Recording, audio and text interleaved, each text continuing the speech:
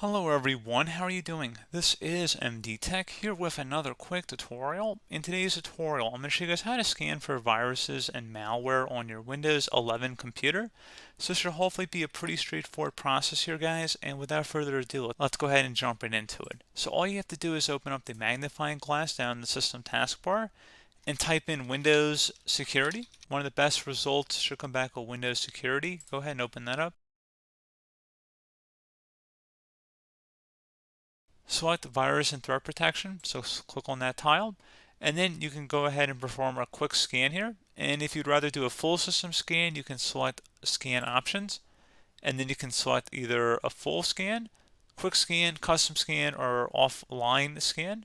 So you can read the synopsises about each one of these options here, but they're pretty self-explanatory in their name. And they even do have an offline scanner too, which is a nice feature that other antiviruses have incorporated over the previous years. So it's nice that they're incorporating that in Windows 11. But pretty straightforward process here, guys. You would just select the scan and then select Scan Now.